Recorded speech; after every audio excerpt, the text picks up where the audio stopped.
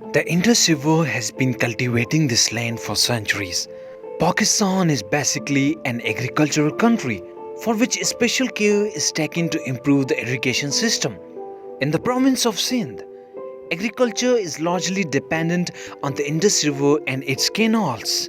Pakistan upgraded its irrigation system to divert river water for agricultural uses and started building barrages in the 1950s like KoTRi and KoTRi Barrages. As a result, the open water area and irrigation supplies increased rapidly, and agricultural areas were almost doubled in size during this time, largely because of a cultivation of a barren and desert lands with increased irrigation water supplies. In the year 1946-47, it was planned that another barrage will be built near Jamshoro after the KoTRi Barrage, as this barrage was near to KoTRi city. So the name KoTRi Barrage was given to this barrage, and it is also called as Ghulam Muhammad Barrage. In the initial 3 years, required tools and machinery were acquired. After the initial preparations, Governor General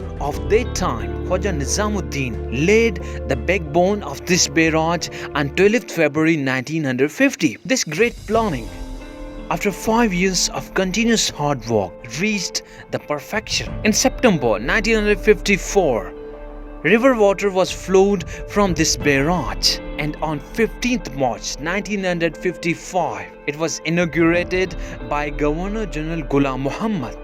Total cost of this project was 935 million rupees. On August 14, 1956, the barrage passed 9,81,000 cusics peak of flood water. The second highest peak was 9,39,000 cusics during the super floods on August 27, 2010.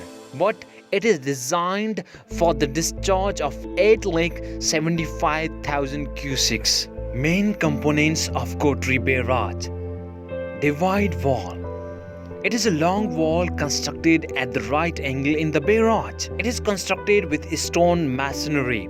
On the upstream side, the wall is extended just to cover the canal head regulator, and on the downstream side, it is extended up to the launching apron. There are two divide walls in KoTRi Barrage. The functions of divide walls in KoTRi Barrage is to form a still water pocket in front of the canal head, so that the suspended slit can be settled down, which then later be cleaned through the scouring sluices from time to time. Functions of divide wall. It separates the under sluices from the weir proper. Since the crest level of the under sluices is lower than that of the weir proper, the two must be separated, and this is being done by the divided wall. It helps in providing us comparatively less turbulence near the canal head regulator, resulting in deposition of a slit in this pocket, and thus to help in the entry of a slit-free water into the canal. Sluice gates.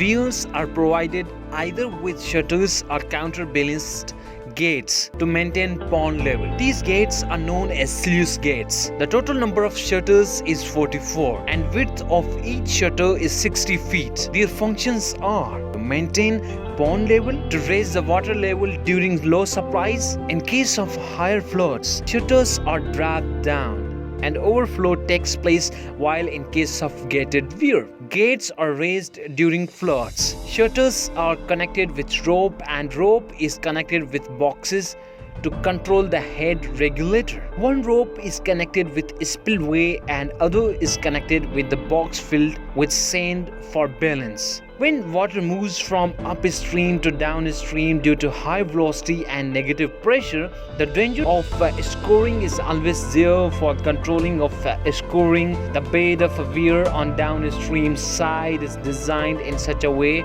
to control it. Fish ladder.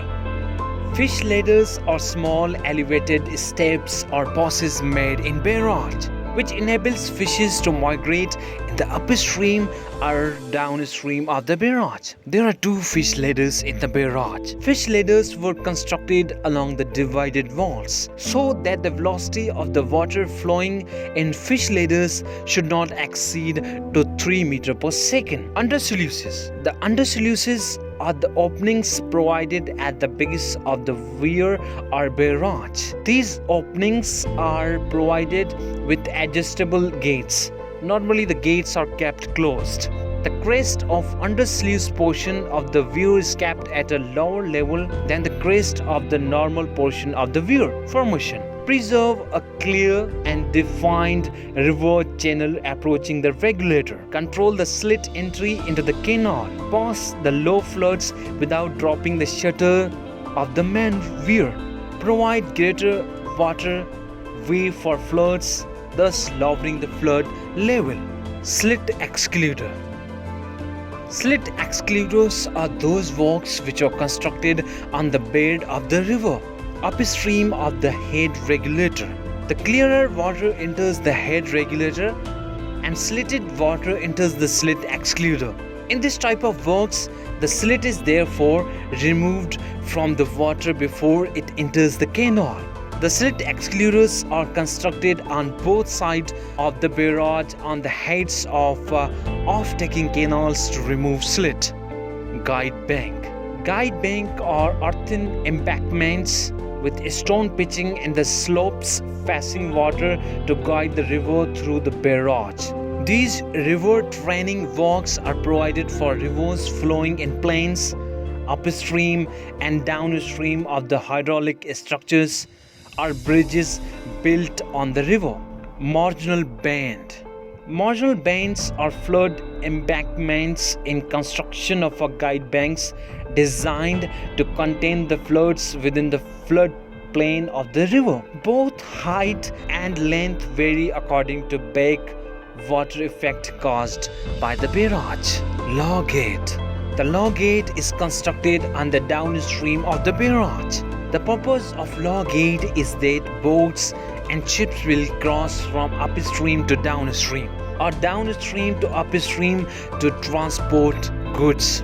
The barrage has a gross command area of 3.2 million acres fed through 3 canals. Of this, 2.9 million acres are cultivable command area. The 72 miles long KoTRi Barrage feeder, the only right bank canal with a design discharge of 9,100 cusics, mainly feeds the coastal districts of Thatta and Kinjo Lake. The 56 miles long left Penuary Canal with 13,800 cusics is with the irrigation department. The 80 miles long Fuleli Canal with a design discharge of 14,350 cusics are regulated by the left bank canals.